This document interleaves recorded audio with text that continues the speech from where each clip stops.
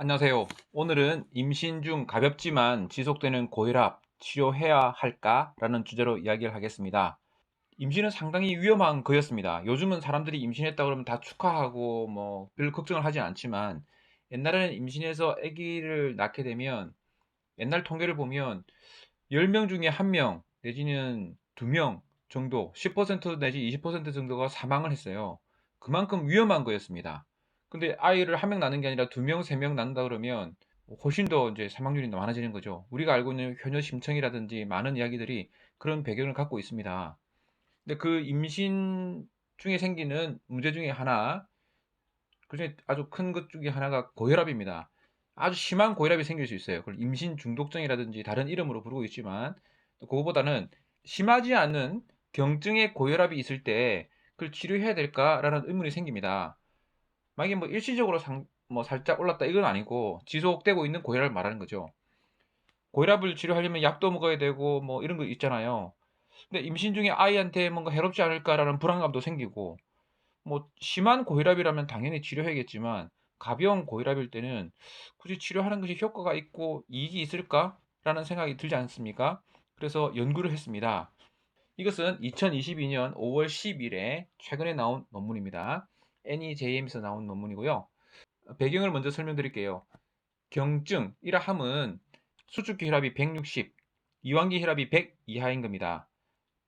혈압을 재면 보통 그 앞에 거 뒤에 거 있죠. 높은 거 낮은 거 이렇게 말하는 사람도 있는데 앞에 것이 높고 수축기 혈압입니다. 뒤에 것이 이완기 혈압이고 낮은 거죠.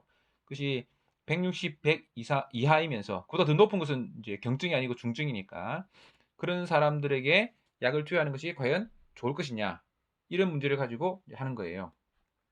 목표는 목표는 140에 90 이하의 혈압을 목표로 약을 투여하는 겁니다. 그래서 공개된 다기관 무작위 시험을 계획하는데, 공개되었다는 것은 내가 약을 먹고 있다, 먹고 있지 않다는 걸 알고 있는 걸 말하는 거예요. 어떤 약을 쓰고 있는지도 알고 있고. 그 다기관은 여러 연구기관에서 여러 이제 병원에서 시험하는 거고, 무작위 시험은 그 랜덤하게 내가 약을 주기도 하고 안 주기도 하고 이렇게 해서 했다는 겁니다. 그 랜덤하게 하는 방법도 뭐 의학적으로 나와 있습니다. 어떻게 해야 되는지는. 대상자는요, 위와 같은 경증의 만성 고혈압이 있는 임산부이면서 태아가 23주 미만이고 단태아, 그 쌍둥이가 아닌 거죠. 단태아를 임신한 분입니다. 그래서 이들을 항고혈압제를 투여받지 않는 군, 이렇게 두 군으로 나눴습니다. 그래서 만약에 중증 고혈압이 발생했다, 이러면 대상자가 아니니까 이건 제외되는 거죠. 1차 결과는 뭐냐? 1차 결과는 이 연구에서 주로 보고자 하는 그런 결과들입니다. 심각한 자간 전증. 자간 전증이라 하면 이 고혈압과 함께 단백뇨가 나오는 거거든요. 고혈압이 심해지면 이제 소변으로 단백뇨가 나올 수 있는데, 그를 또 심각한 자간 전증이 있고 심각하지 않은 그냥 일반적인 자간 전증이 있는데, 어쨌든 심각한 자간 전증을 포함합니다. 그리고 임신 35주 미만의 조산이나 태반 조기 박리나 태아가 사망했거나 신생아가 사망한 것의 컴포짓이라는데, 컴포짓이 뭐냐면 이런 변수들 하나하나를 다 묶어서 하나의 사건으로 간주하겠다는 거예요. 하나만 보게 되면 뭐 심각한 여러 가지 합병 중에 어떤 거라도 생기게 되면 이 사람은 생겼다, 사건이 발생했다, 이렇게 본다는 뜻입니다. 그것이 컴포짓 변수라 그러는데, 연구하는 사람들은 주로 많이 이렇게 쓰는 거고, 번역하기가 조금 애매해서 이렇게 컴포짓을 썼습니다. 안전성 결과로는 재택연령 10% 미만의 저체중 출생이 있으면 그 안전성에 대해서 보는 거죠. 2차 결과로는 1차 결과는 아니지만 그만큼 중요하게 보지는 않지만 그래도 연구를 하는 김에 같이 보는 거, 데이터가 있으니까 같이 보는 것이 2차 결과입니다. 심각한 신생아 또는 산모 합병증이 있거나 자간 전증이 있거나 조산이 있으면 이거를 복합적으로 컴포짓으로 해서 포함되어 있습니다. 여기 자간 전증이 두 번 나오는데요. 앞에 것은 심각한 자간 전증이고 두 번째 것은 그냥 자간 전증입니다. 이게 다 정의가 있어요. 그래서 정의를 뭐 꼭 일반인들이 다 알 필요는 없지만 의사들은 그런 것들 하나하나 중요하게 생각하고, 심각한 자간 전증일 때는 뭐 어떻게 하고, 그냥 자간 전증일 때는 어떻게 하고, 이런 식으로 규정합니다.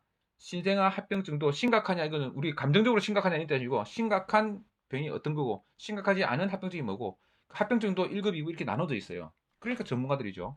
결과를 보겠습니다. 총 2,408명이 대상이 되었고요.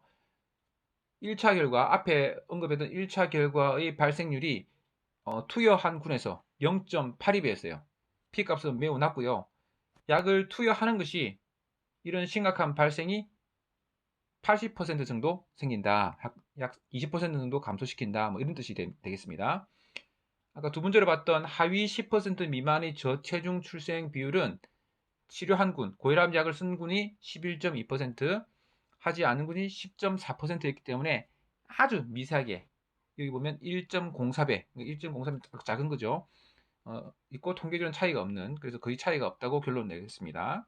그 외에 2차 결과로 봤던 심각한 산모 합병증 발생은 투약군이 2.1%, 비투약군이 2.8%로 신뢰구간은 이를 포함하고 통계적으로는 차이가 없는 심각한 신생아 합병증 같은 경우는 2%대 2.6%, 약을 투여하지 않은 군이 약간 더 높은 그런 상태입니다. 자간 전증의 발생률도 22.4%대 31.1%로 약 80% 많이 줄여주는 거죠. 약을 쓰지 않은 것에 비해서 줄여줍니다. 이 경우는 95% 신뢰 구간이 1보다 더 적네요. 조산의 발생률은 27.5%대 31.4%. 그래서 이쪽도 뭐 차이가 꽤 있습니다. 그래서 전체적으로 보게 되면 1차 변수도 차이가 확실히 나고 2차 변수 중에서도 차이가 나는 것들이 있습니다. 그래서 결론적으로 보면 경증이면서 만성적인 고혈압이 있는 임산부에서는 140 내지 140에 90 미만을 목표로 치료를 하는 것이 치료하지 않는 것보다 훨씬 좋다는 것을 알 수 있었습니다. 제 이 블로그 주소는 링크를 달아드릴 거고요. 글자로 찬찬히 보실 분은 찬찬히 보셔도 되고 잘 이해를 못 하시는 분이 있을 것 같아서 제가 동영상을 만들어 드립니다. 혹시 뭐 용어가 어렵다든지 궁금한 거 있으면 코멘트, 질문 달아주셔도 되겠습니다. 제가 이것을 하는 이유는요, 근거 있는 최신의 연구 결과들을 알려드리기 위해서입니다. 뭐 많은 사람들이 자신의 이야기를 유튜브나 블로그에 써놓고 있습니다. 뭐 그중에서 상당히 유익하죠. 그만큼 많은 사람들이 관심이 있으니까. 그런데 그것들 중에서 상당수는 최신 연구가 아니고 과거의 연구일 가능성이 많습니다.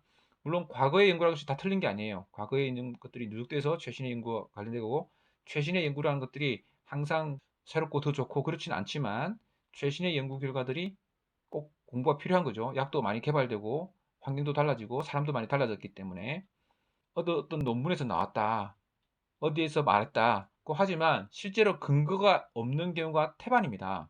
신문 기사를 보고 건강 기사를 보면요, 실제 근거가 별로 없는지 링크를 달아주지 않아요. 그 어떤 병원에서 이런 연구를 했다 그러는데 링크를 찾아보고 그걸 보고 싶어도 링크를 달아주지 않아요. 또 그리고 최신 연구라는 것들이요, 상당히 허접한 연구들이 되게 많습니다. 저는 그래서 가급적 최신이면서도 근거가 확실히 있는 연구 디자인 자체가 믿을 만한 그런 근거 있는 연구들을 알려드리려고 하고요. 두 번째 목표는 이게 의사들을 위한 것인데, 의사들이 계속해서 연구를 합니다. 또 연구를 해야만 하고, 연구할 때 계속 아이디어가 필요한데 연구의 아이디어, 주제를 정하거나 어떻게 연구해야 이것이 이 가설이 맞을지 틀릴지를 공부를 해야 되는데, 그런 공부를 위해서 그런 방법론 같은 것들을 알려드리고자 이 주제를 제가 글도 쓰고 요약적으로 글도 쓰고 이제 동영상으로 만들어 드리는 겁니다.